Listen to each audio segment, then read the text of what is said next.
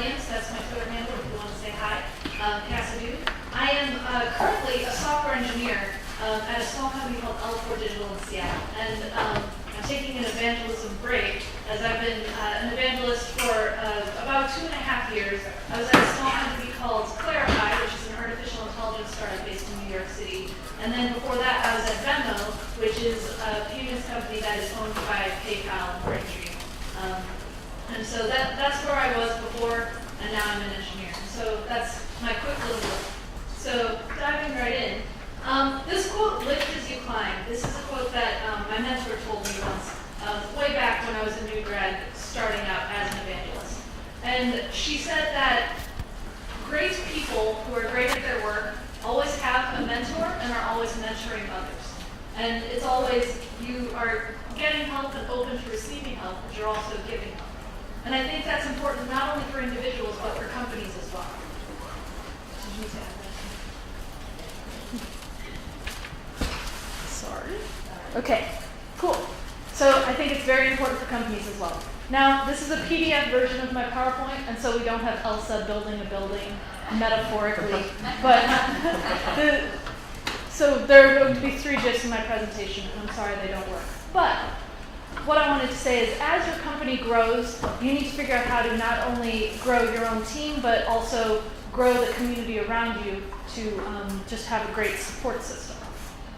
And so, if you're building this great community and you want to build your evangelism team, it might be hard to find evangelists because they're in very high demand, and you need to figure out how to grow them. So if you can't find them, you can make them yourself by making your users your evangelists, and making existing people in the field hireable evangelists. And so this is another GIF of a dog saying, "But how?" And so, but how? And another one of saying, "I'll show you, Bert," from Sesame Street. And so I will show you how my company did this back when I was at Clarify. So flashback to 2015. I joined this company called Clarify as their 17th employee, along with my sister, actually. And so this is us. We were the first 2 evangelists at this company, and they had an API for image recognition. And we had to start our evangelism efforts from the ground up. They wanted us to go to a ton of hackathons and conferences and meetups, and it was very fun. We were traveling all the time, but it was exhausting. Because when you only have 2 people doing all of this traveling, trying to build up monthly active users and other KPIs, it's hard to scale that when there's only 2 people. And so, the Clarify champions were born! Yay! Don't worry, I'll explain what they are. Flashback. When I was in school, Twilio started a program called Twilio Heroes. Ricky knows about that. It was a 6-month evangelism training program. And there were 12 of us in the program, and we had different lectures from different Twilio employees, and they just helped us get better at writing and just learn about public speaking as an evangelist, and it was great. And then it kind of tapered off at the end because it hit the end of the school year, and people's schedules just got busy, and sadly, the program didn't happen again. But it was great. And so, in 2015, I lovingly asked if I could rip them off. And I said, "Please, can I take your program and kind of pay it forward and help other evangelists learn?" And then I got, "Yes, go get them." And so I did. And thus the Clarify champions were born. And so, a quick overview of what the Champs program was. It was a little different from the Twilio program, so it was less of a commitment. It was 3 months long. And we broke it up into 4 separate segments to teach people about public speaking, technical writing, events and mentorship, and then technical demos and projects. And I will actually get into more specifics, but this is how we did it. And we had 27 people in our program. And instead of doing it with just a lecture on occasion and then working on your homework, we really worked with them very consistently all over the world. And so I'll get into that. So here's a little bit more detail, and I'll go point by point to explain what we did. So first of all, we had 1 video lecture every 3 weeks. And each of those video lectures covered one of those segments. And so the first one, again, was technical writing. And we talked to them about writing blog posts, writing tutorials, writing documentation. And we pulled not only from our own information and knowledge from doing this professionally, but also we talked to a lot of evangelists in the field to figure out how we could effectively present this information to them. We did one on events and mentorship. We talked about how to throw a good event, how to attend a good event, how to mentor different developers in the field at events and once the event is over. We talked about public speaking. We talked about speaking not only to junior developers, but also to mid-level and more advanced, and how to kind of tailor your message to each individual audience. And then the last one was, quick look, technical demos and projects. Forgot about that one for a second. And that was about open source, contributing to open source software, working on side projects, not only to build your own technical skills, but also to demonstrate how to use an API. And so with technical demos, that one we said, we want you to use the Clarify API and build a technical demo for that.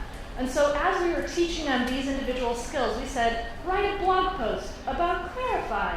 And so as they were learning these individual skills, they were using Clarify and learning more about our information, our APIs, our data, so that way they could communicate it to the world. And so it was good for us and also for them. In addition to the video lectures every 3 weeks, we had office hours. And so every week, just on Wednesday afternoons, we would open up a Google Hangout and say, okay, if you have any questions, you can jump on the Hangout and ask us those questions. And sometimes it would be about jobs, sometimes it would be about their projects that they were working on, sometimes it would be about school. We had all kinds of different questions, and sometimes they just came to hang out and say hello and to just be friendly. So in addition to these interactions where we controlled them, we had the homework assignments for every segment, and they got to choose whatever they wanted to work on. Sometimes they didn't use anything Clarify related, they used their own open source software, their own libraries. But because they were supported by us, they were still building that relationship with us. And so they really worked hard on these homework assignments. And it wasn't anything too high commitment. It would say, okay, write 2 blog posts, or contribute at least 5 lines to open source software, something like that. And so it wasn't too big of an effort for those who had school or who had work to go back to. We also gave them very detailed feedback for every assignment that they turned in, which was very time consuming, but they learned a lot from it. And so when someone wrote a blog post and English wasn't their first language, we were able to walk them through certain phrases that they didn't necessarily know in English, or how they could better make their phrases more concise or their tutorials a little clearer to understand. And sometimes we would just watch their talks. We would get in a room and watch everyone's talks and see how we could improve the way they spoke, if they were speaking too fast or too slowly, that sort of thing. And so we gave them detailed feedback for every assignment that they could then use to improve themselves. We had ongoing Slack discussions throughout the program. To this day, I am very active in that Slack group.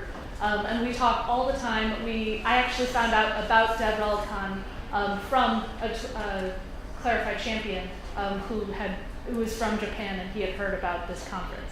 And so we talk about conferences, we talk about blog posts, we ask for advice. It's a great community.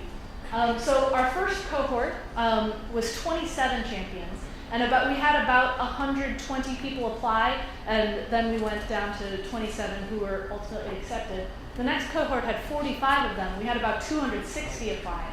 And to actually outreach to find people to apply to the program, we just posted it on Facebook. We posted it in a few different Facebook groups. We tweeted it out from the company's accounts and from our personal ones on Facebook. And because people were so interested and we were posting in just very coding and hackathon heavy groups, the applications just came. We didn't have to spend any marketing money, any budget on the applications.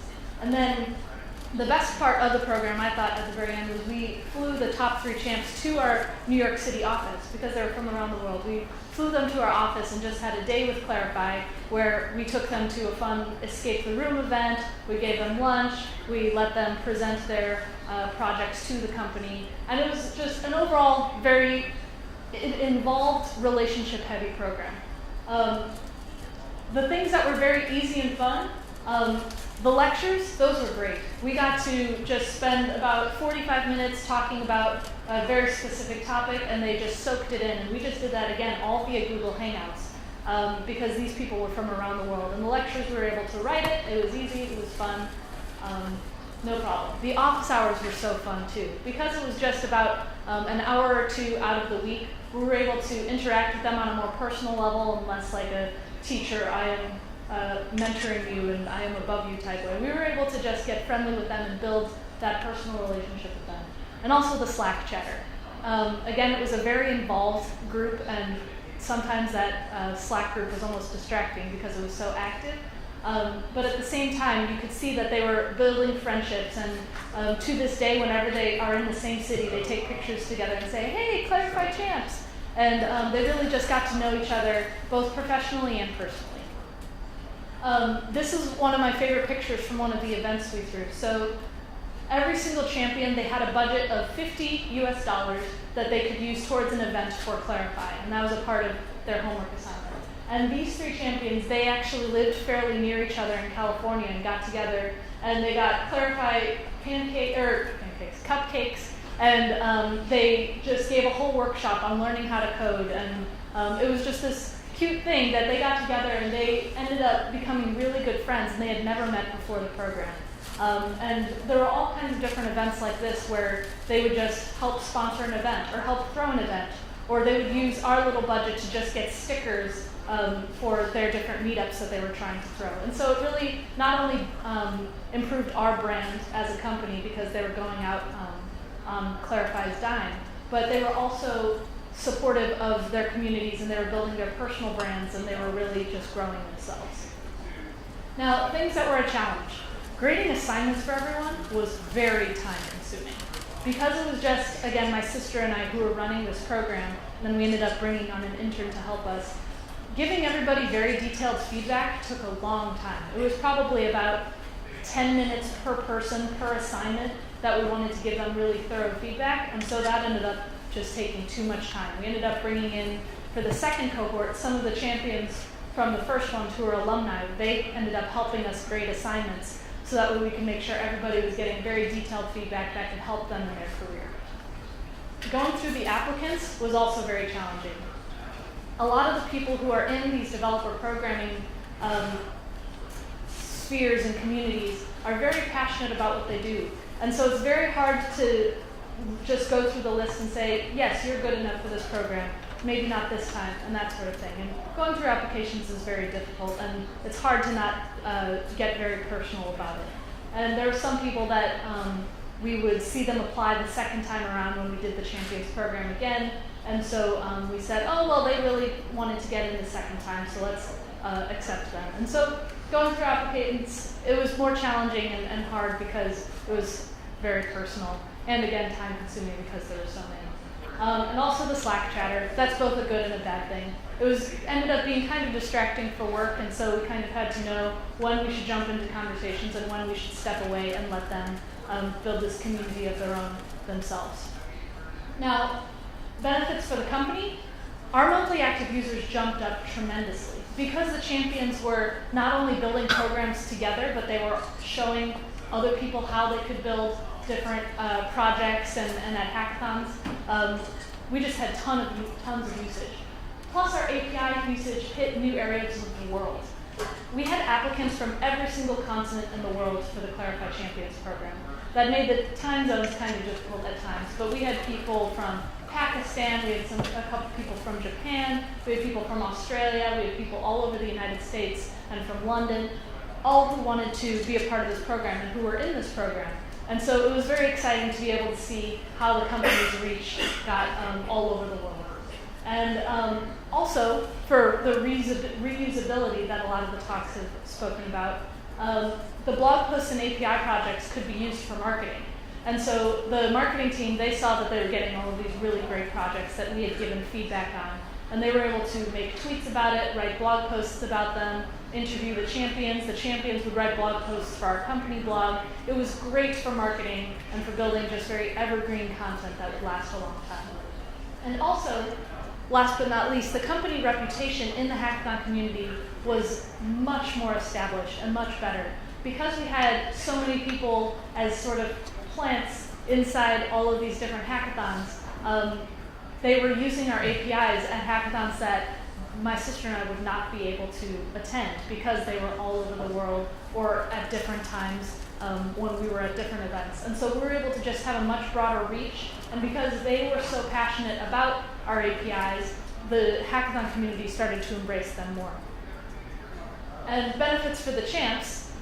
These were the top 3 champs that ended up getting to fly into New York City, and it was very fun. It was a very tight-knit community of evangelists. If you were to jump into our Slack today, you would see them all still writing each other, still talking with each other. A lot of them hang out with each other. It was great.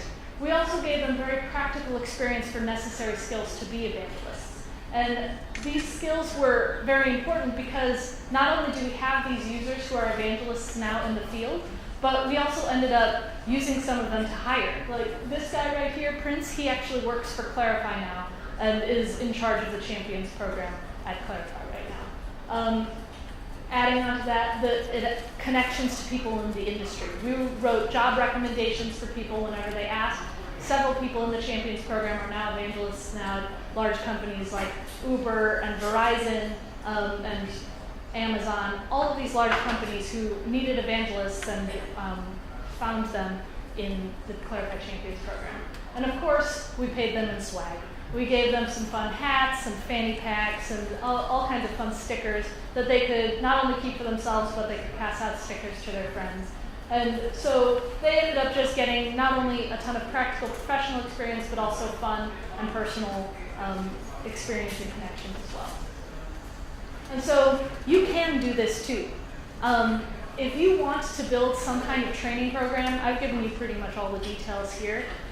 It's not too difficult to find people who would be perfect for an evangelism role. The passion is there. People love coding. There are boot camp graduates, computer science graduates. There's people who are just open source contributors or in these hackathon groups on Facebook or on Twitter. They're out there. They just need the skills.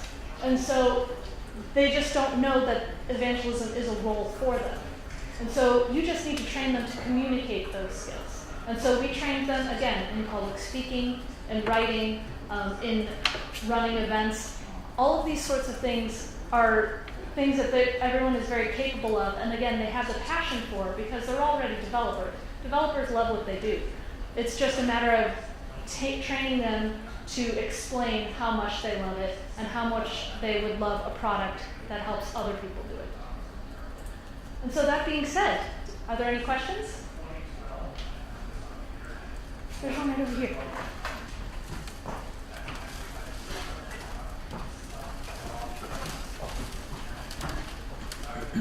Hi, thank you so much.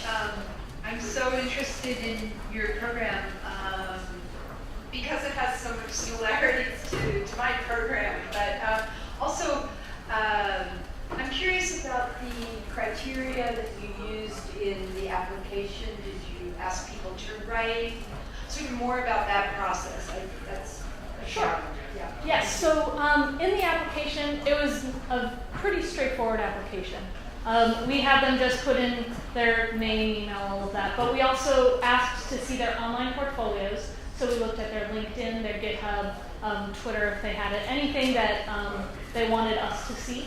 We asked them why they're interested in developer evangelism, and we kind of gauged writing skills a little bit there, but we didn't hold that against them if their grammar wasn't that great. And we asked about some of their favorite projects that they worked on, just to kind of gauge passion there. We asked what their favorite joke was, which was a silly angle to ask about, but it was funny to see how many of them filled that out very passionately and said, well, I have a lot of favorite jokes, but this, and this, and just kind of to see what their personality was like. And really what we were looking for in the application was that passion element. Some of them filled out such long essays for these questions, and some people put maybe one line saying, you can look at my resume to know what I'm about, or something like that. And so we more wanted to see passion for the field and see like where we could help them in certain ways. And if they didn't have a very active GitHub, we didn't hold that against them if you could tell that the projects that they had worked on were very meaningful to them or things like that. And so we also tried to do it as blindly as possible. So we blocked out names and we blocked out location, and then after that we narrowed it down pretty significantly to maybe double the size, and then we started seeing if we could try to get a very diverse group. And very conveniently, blindly, we ended up having about 50-50 men and women, and we had people all around the world, and it was a really cool group. Yes? Was this something that came out of an existing budget, or did you have to go to VP type people and fight for more money? This was part of my existing budget. And so, and I was the manager of the budget for our developer evangelism program. And we basically said, okay, if we're going to do this, we need to have, again, $50 per champion, and then our swag budget. And so we kind of pieced all of that together and kind of gauged how much time it would take out of our day. And that's kind of how we ended up budgeting it out. But besides that, again, it was a startup. It was a very small company, and so they kind of blindly trusted us and said, well, we gave you this budget to be in charge of. If you think that you can do it, great, go for it. And so luckily there was a lot of trust there, and we were able to have it in there. But overall, the program cost us less than $5,000, I would say. There's a question over here. Question over here.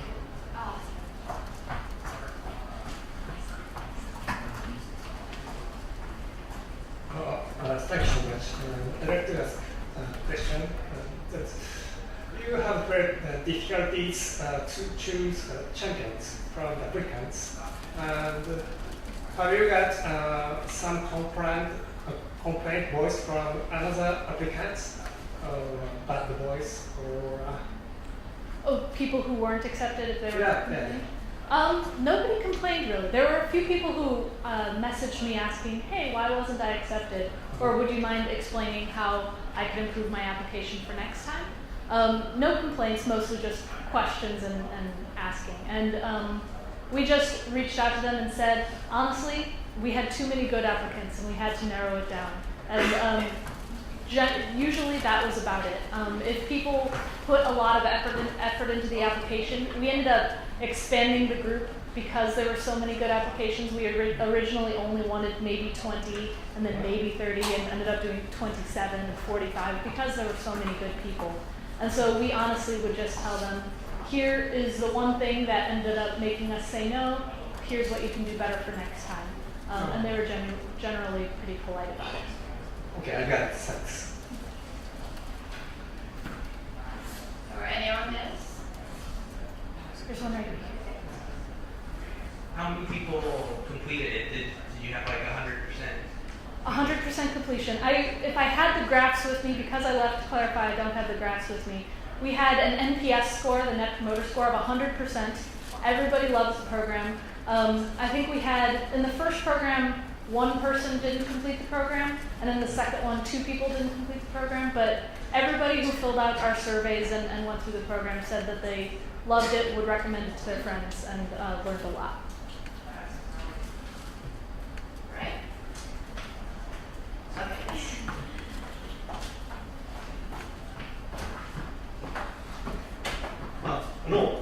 なんで彼らは参加するんですか。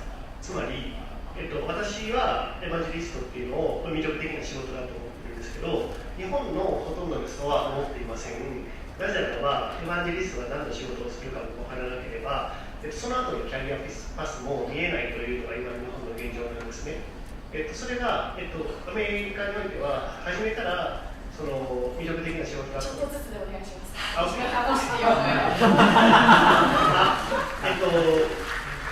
アメリカにおけるエヴァンジェリストはとても魅力な仕事ですかっていうのが質問。So the technical evangelist or developer advocate is an attractive job for you guys. Yes. Okay.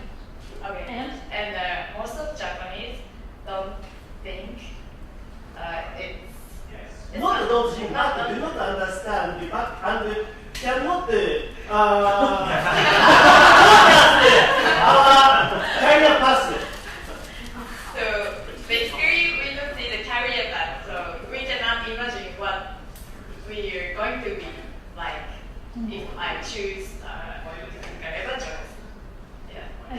So, and this might be a cultural difference, but first of all, at least in the United States, I've been able to switch between software engineering and developer evangelism pretty easily. So as my sister, she went on to be an engineer at Google, and now she's going back into evangelism again. And so there is flexibility there. And the appeal, I think, for a lot of people about evangelism is you're not just coding all day. You have the opportunity to interact with a lot of different people and use a lot of different skills in addition to your technical skills. And I think that's the appeal that a lot of people see. Okay. Question. Okay, so you're gonna be the final one. Okay, It's last not, question. it's not really a question, but the other thing also as a developer evangelist, advocate, choose the word, it's usually developers are stuck into the kind of technical stack that the product team where they work on asks them to do. So like you're mobile, you're only backend, you're only frontend. And since I became a developer advocate, I had to help people from many different backgrounds, even to languages that I'm not used to or I never learned. So on top of soft skills, there is definitely hard skills here where basically I'm just learning much more than before because I have the chance to do that. While in my usual job, I would not have the opportunity. So definitely a good thing even for engineering career, if I can say. It is true. A lot of our Clarify champions went on to be full-time engineers, and they've said that it has helped in their regular day-to-day jobs because they can write documentations better, design documents better, and just different ways to communicate. Again, the key is communication, their technical skills. But I think that was the last question. So thank you very much.